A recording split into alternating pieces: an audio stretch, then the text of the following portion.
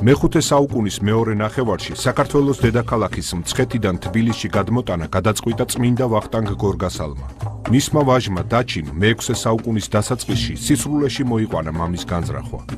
თბილისში, ძველ ქართულად ტბილისში, დედაქალაქის გადმოტანა უპირველეს ყოვლისა განპირობებული იყო სამხედრო სტრატეგიული მიზეზებით. თბილისი ერთობ დაცულია ბუნებრივი ზღუდეებით. კერძოდ სამხრეთიდან მას იფარავდა თრიალეთის ქედის განშტოებები.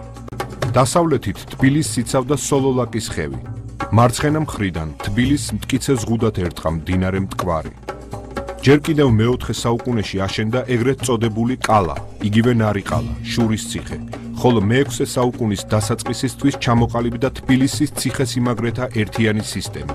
თბილისის უძველესი უბანი იყო გოგირდის აბანოთა რაიონი. თავდაპირველად სწორედ მას ეწოდებოდა თბილისი. თაბორის მთაზეც იდგა ციხესიმაგრე. თბილისის დაცვის განუყოფელი ნაწილი იყო რუსთავი და კოჯრის ციხე. რუსთავი მტკვრის მარცხენა სანაპიროდან ავლაბარისნამდე მოსასვლელ გზას იცავდა, ხოლო კოჯრის ციხე ნარიყალასკენ მომავალ გზას აკონტროლებდა. 15 საუკუნის მანძილზე მტრის არაერთი შემოსევა უნახავთ თბილისის კედლებს, მაგრამ რომ არა შინაგაცემა თბილისის აღება შეუძლებელი იყო. 18-20 საუკუნეებში საქართველოს დედაქალაქი თბილისი რამდენჯერმე დაეცა და კვლავაც მხოლოდ და მხოლოდ შინაგაცემათა წყალობით.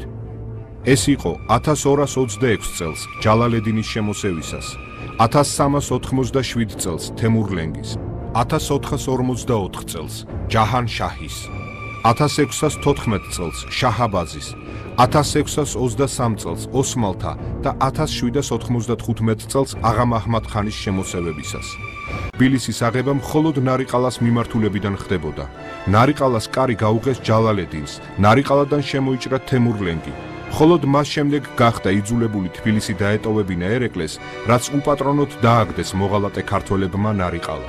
და მე-19 საუკუნის 60-იან წლებამდე, სანამ ოქროყანის გზას გაჭრიდნენ რუსები, ნარიყალას გაულელად თბილისში შემოღწევა შეუძლებელი იყო.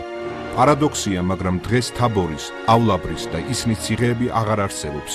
დარჩა მხოლოდ ნარიყალა, უძველესი, თან უმთავრესი და თანაც უმტკიცესი ზღუდე თბილისისა, როგორც სამხილი და შეხსენება იმისა, რომ ციხის სიმტკიცეს, მისი კედლების სისქე კი არა, მის დამცველთა ზნეობა და სამშობლოს სიყვარული განაპირობებს.